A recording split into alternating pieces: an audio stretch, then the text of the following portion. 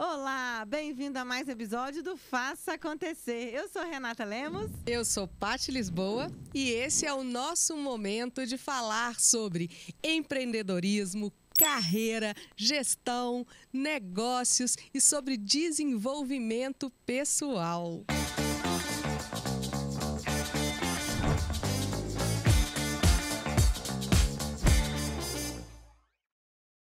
E hoje com uma super, mega querida convidada, Bárbara Villani, amiga, parceira. A Bárbara que é psicanalista, é trainer em PNL e que vem desenvolvendo um trabalho de muita importância hoje dentro das empresas, para a nossa sociedade. Seja bem-vinda, Bárbara. Obrigada, meninas. Paty, Rê, muito obrigada pelo convite. Hoje eu trouxe aqui um tema que está sendo muito falado, né? Que é saúde mental nas empresas. Vocês têm ouvido falar sobre isso? Quase nada, né, Bárbara?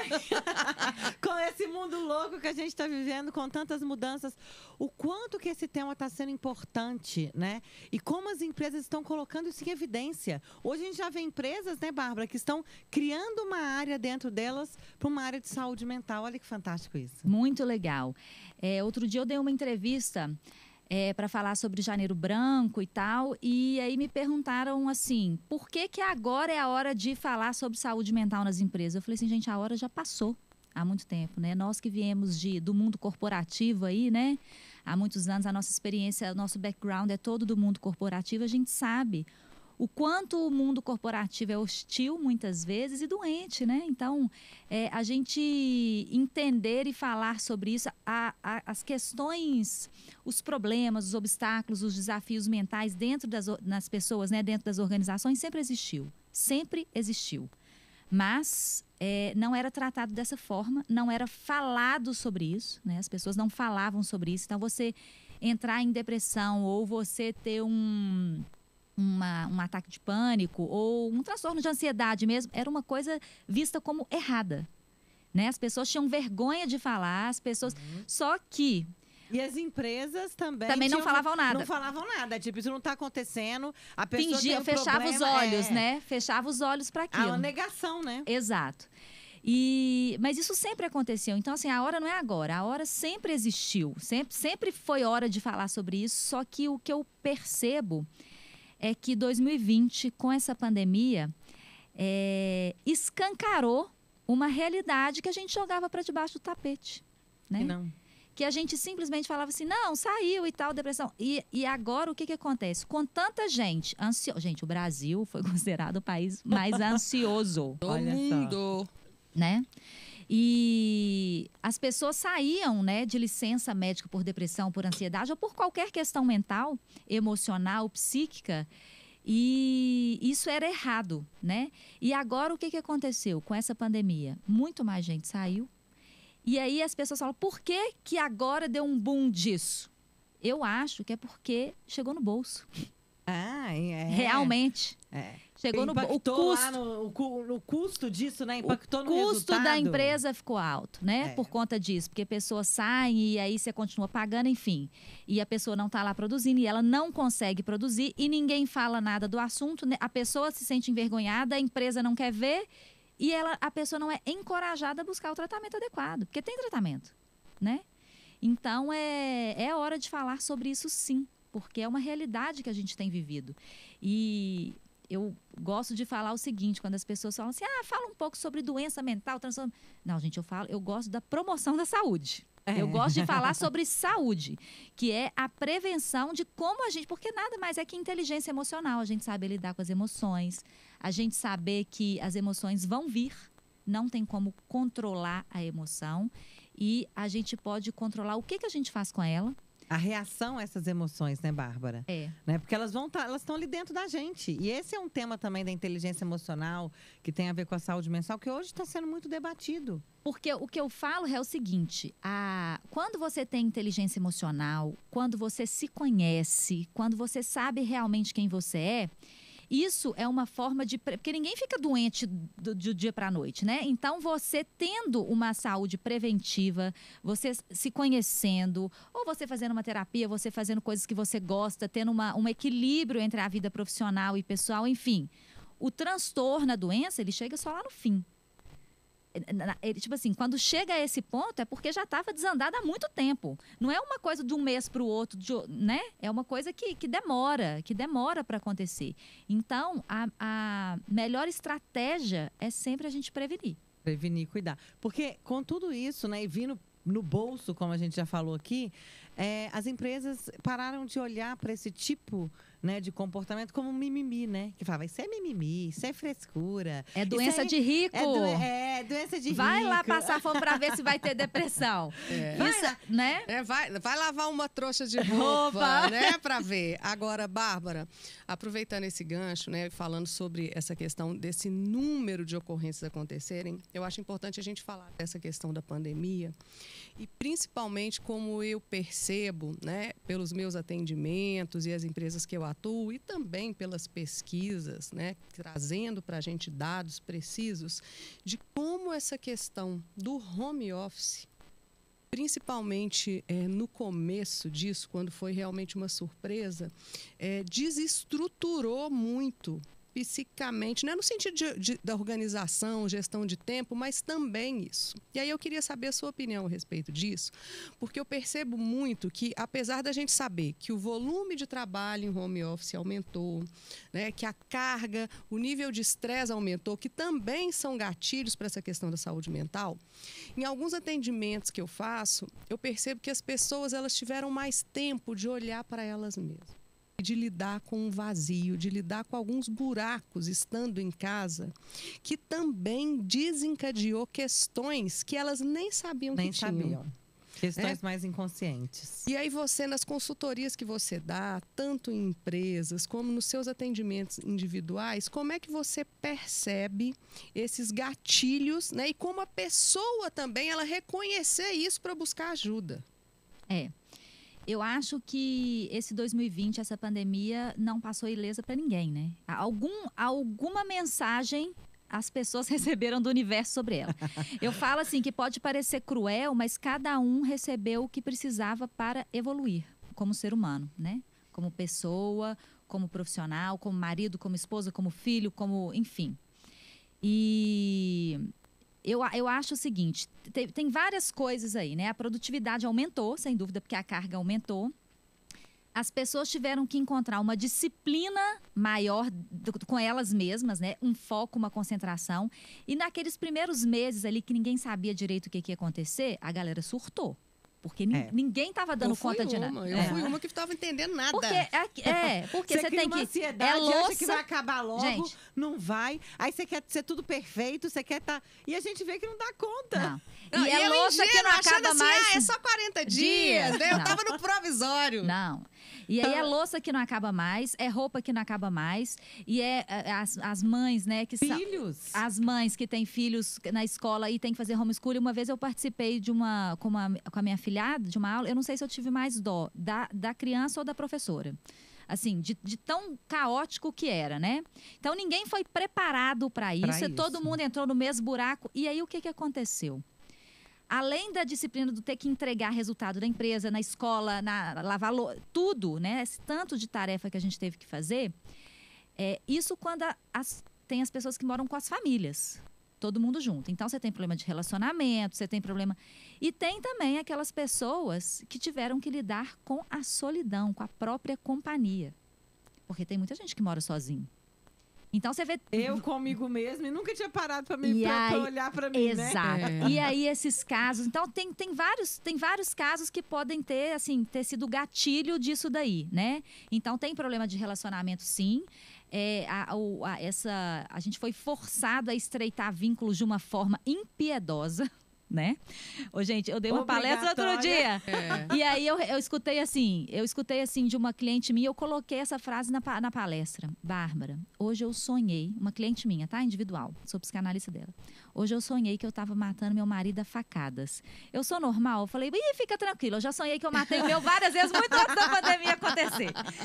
Aí, mas é esse ponto que chegamos, né? Então, as pessoas que moram só em família, né? Com o marido, ou com filho, tiveram que lidar com o relacionamento, com a convivência, com o estreitamento de vínculos. Em contrapartida, outras pessoas tiveram que lidar com a própria companhia. E aí entra no que você falou, que é você lidar com a própria sombra, com o vazio, é você estar com você mesmo e gostar disso. Seus medos, né? Tudo. Tudo. E não poder encontrar e não poder abraçar. Então, acho que a gente viveu nesse ano uma inversão de valores muito grande. O que era muito importante passou a não ser. E o que não era passou a ser. Então, eu acho que não teve ninguém que não voltou para si e falou assim, peraí, eu tenho que olhar isso daqui. Isso daqui Isso aqui não tá bom, não. não tá bom, não. Não tô gostando disso de mim desse jeito. Cada um com a sua sombra, cada um com seu calinho lá no pé, entendeu? E cada um recebeu o que precisava. Mas se você precisava lidar com a própria companhia, toma a própria companhia. Se você precisava lidar com o seu marido, com a sua esposa ali o casamento já estava... Toma casamento, toma divórcio. Gente, o divórcio aumentou. Teve uma pesquisa do Colégio Notorial, aumentou em 54%. Olha só. É muito significativo, né? Entende? Então, o suicídio aumentou, tudo aumentou. Então, acho que esse ano veio para escancarar uma realidade que já existia, mas agora ficou mais aparente. E as empresas não fugiram disso. Porque hoje a gente... Sabe aquele papo de algumas décadas que falavam assim, não, você não pode trazer problema de casa para o trabalho. Você não pode trazer problema do trabalho para casa. Não, agora não existe mais isso. Grande ilusão, né? Estamos todos juntos e misturados. O trabalho entrou para dentro de casa, a casa entrou para dentro do trabalho. Virou tudo junto e misturado. E é assim que a gente vai ter que saber lidar, né? É assim que a gente vai ter que saber reagir. Outro dia eu estava atendendo uma pessoa online e aí eu tenho um cachorro, né? Um labrador, que é muito tranquilo por ser, assim, para ser labrador. De repente eu estava lá atendendo, ele vai e pula assim, ela, que é isso? Eu falei, é meu cachorro. É a vida. É a vida. É a minha casa, eu tô aqui. Então, assim, essa é a realidade. E num ponto é bom, porque eu acho que nos tornamos mais honestos, mais verdadeiros e transparentes. Vulneráveis, Bárbara. Né? Aceitar essa vulnerabilidade, né? Eu falo assim, que eu acho que no final disso tudo, apesar de tudo, eu acho que a gente sai pessoas melhores, profissionais melhores, sabe? Mais responsáveis, empresas melhores também, porque toda essa tomada de consciência, né? Quase a fórceps ali, né? Porque ninguém esperava esse negócio, fez com que muita coisa fosse mexida dentro da gente. Sem dúvida. E se a pessoa não, assim, porque tem aquelas pessoas, a gente costuma falar, né? Eu que tenho a parte do atendimento clínico também, individual, você fala assim, não, a pessoa só busca ajuda quando ela tá ali no fundo do poço, não tem mais para onde fugir, então ela vai buscar ajuda. E que bom, né? Mas tem gente que não vai buscar nunca. E a terapia não é para todo mundo mesmo, né?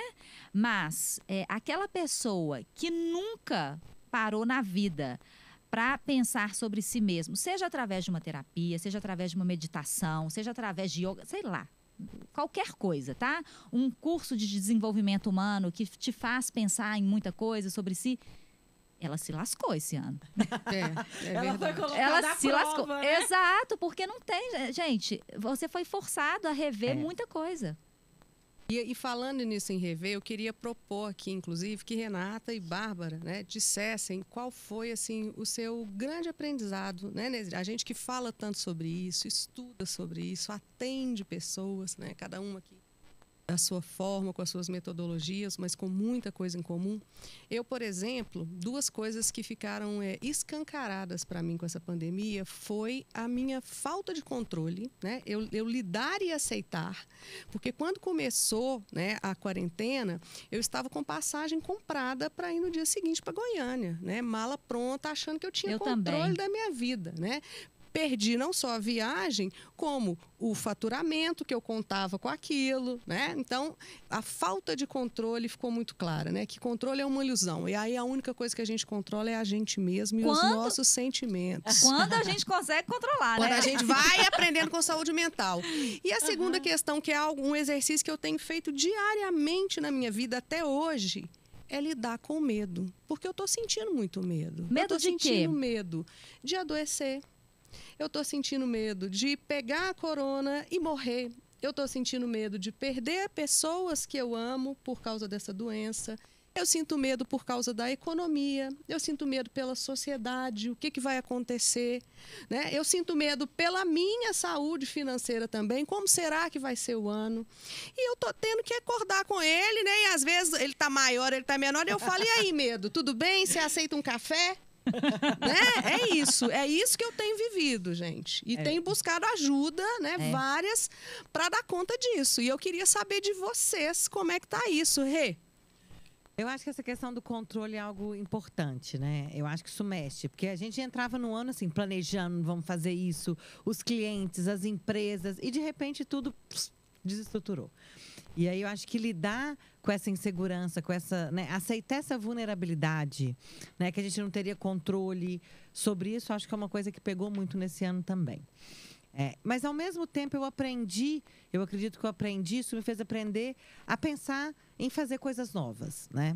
Em fazer coisas novas, reinventar, fazer acontecer da forma que eu queria, não deixando ser refém desse medo, tá? Mas assumindo essa responsabilidade. No entanto, foi um jargão que eu usei muito ano passado, que foi sem desculpas com mais responsa, né? E que eu tenho usado aí, que é, ok, a gente tem a pandemia, a gente tem a dificuldade, ok, mas o que eu posso fazer?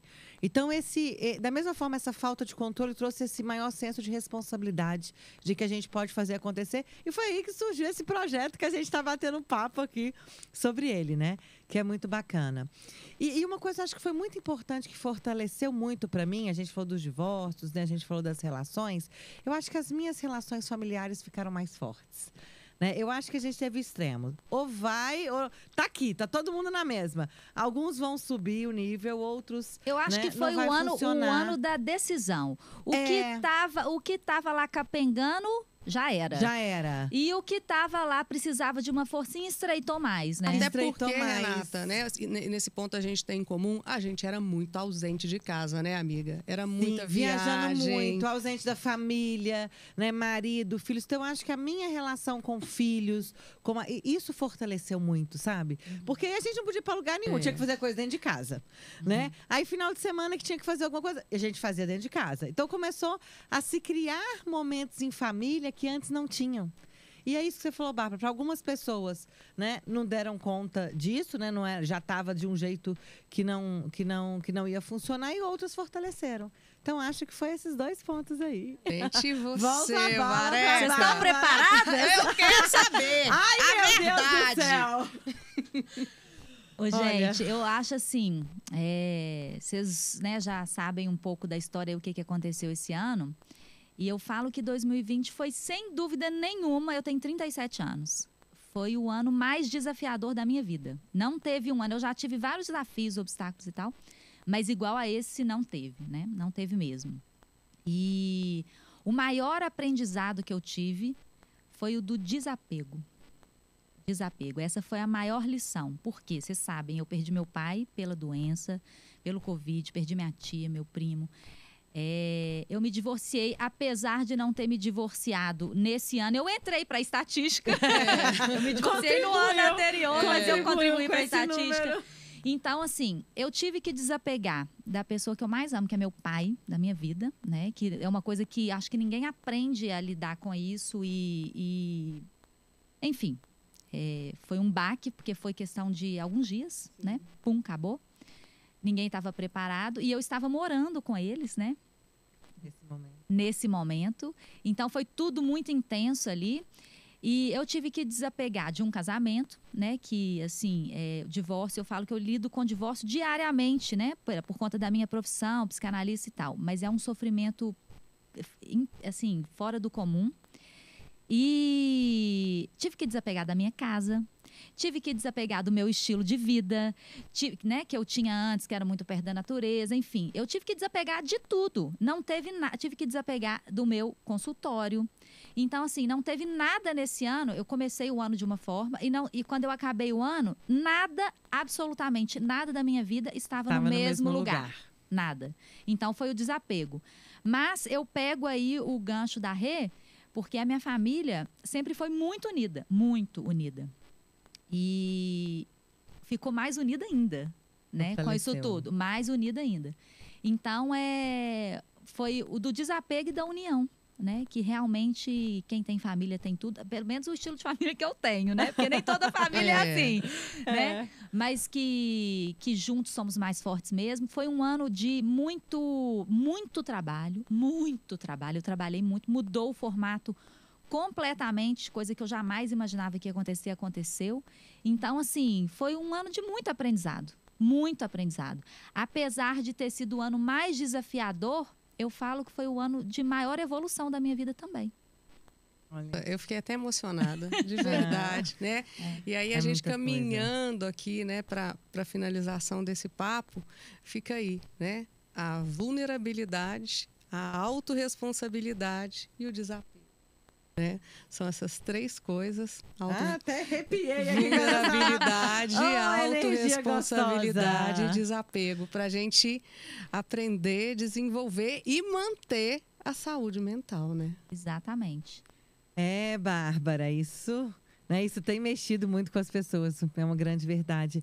Bom, chegando então aqui ao fim do nosso papo, que segredo, né? Que mensagem que você quer deixar aí para as pessoas que estão ouvindo esse momento emocionante, repito isso, tá? Sério, gente? Eu emocionei assim, meu Deus do céu. Eu acho que a energia que a gente criou falando essas coisas aqui agora, né? Só a gente que sabe que tá aqui ouvindo isso e vivendo isso consegue sentir, né? Mas o que você deixa nesse final? Eu vou pegar, eu acho que a Paty falou sobre o medo, e o medo eu acho que é um sentimento que está permeando muita gente. Então eu vou deixar uma mensagem sobre isso.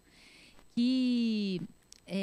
a gente, né, o medo, ele é uma emoção primária, né, que está aqui no nosso sistema límbico e tal, que é necessário para a nossa sobrevivência. Mas esse sistema límbico, a gente, como seres humanos, né, a gente ganhou um novo cérebro, que é o córtex pré-frontal aqui, que é o que nos diferencia dos animais, dos ancestrais, nós ancestrais e tal. Só que apesar da gente ter ganhado um cérebro novo, né, que é essa parte da inteligência, que regula as emoções, que tem a estratégia, a cronologia e tal, a gente ainda vive como seres primitivos para sobreviver. Então, apesar da gente ter ganhado um cérebro novo, a gente ainda vive de forma primitiva. E esse medo, essa questão de viver para sobreviver tem muito a ver com medo. E acho que o medo maior é porque a gente está tentando controlar o incontrolável. Então, o recado que eu acho, a mensagem que eu quero deixar é o seguinte: beleza, o medo existe, ele é necessário. Mas ele serve para a gente cutucar a gente e falar assim: você está tentando controlar o que é incontrolável para você controlar. Então, viva o agora. O dia de hoje. Tem controle, né? O que tem controle sobre agora, porque amanhã a gente não sabe. Né? É o desapego aí que eu tive que lidar. A gente não sabe. Então, viva o agora. Intensamente o momento presente. Né? Agora. É isso. Né? E lide com o que você tem que lidar. Exato. E o que você consegue controlar. Porque se controlar já está difícil. Exatamente. Que dirá que é controlar o mundo. E, Bárbara, e para finalizar, né? Eu queria que você deixasse aqui os seus contatos para quem se interessar pelo seu trabalho, seja consultoria empresarial, treinamentos, seja, né, o atendimento psicanalítico. Fala suas redes, a gente vai deixar também aqui na descrição do vídeo, seus contatos, mas diga aí pra gente, né, para todo mundo que está nos ouvindo, como te achar, Bárbara? No LinkedIn, Bárbara Villani, e no Instagram, Bárbara, 2 underlines, Villani com 2 L's e com 2 N's. E no YouTube também, no canal Mente Descomplicada. Ai, que delícia! E esse podcast, esse vídeo vai estar lá também no seu canal e nas suas redes também, né? Bom, gente, olha, foi muito gostoso o papo de hoje, né? Espero para que vocês pensem ainda mais sobre a importância dessa saúde mental, que eu acho que é algo que pode fazer uma grande diferença dentro das empresas, dos profissionais e na nossa vida. A gente viu relatos aqui, como eu disse, emocionantes, com muita energia, do que a gente, né, viveu e que tem a ver com esse nosso movimento mental, da nossa saúde, dessa nossa busca. Então, muito obrigada. Um beijo a todos vocês, né? E até o nosso próximo Faça Acontecer. Até mais, gente. Até mais, obrigada. Beijo!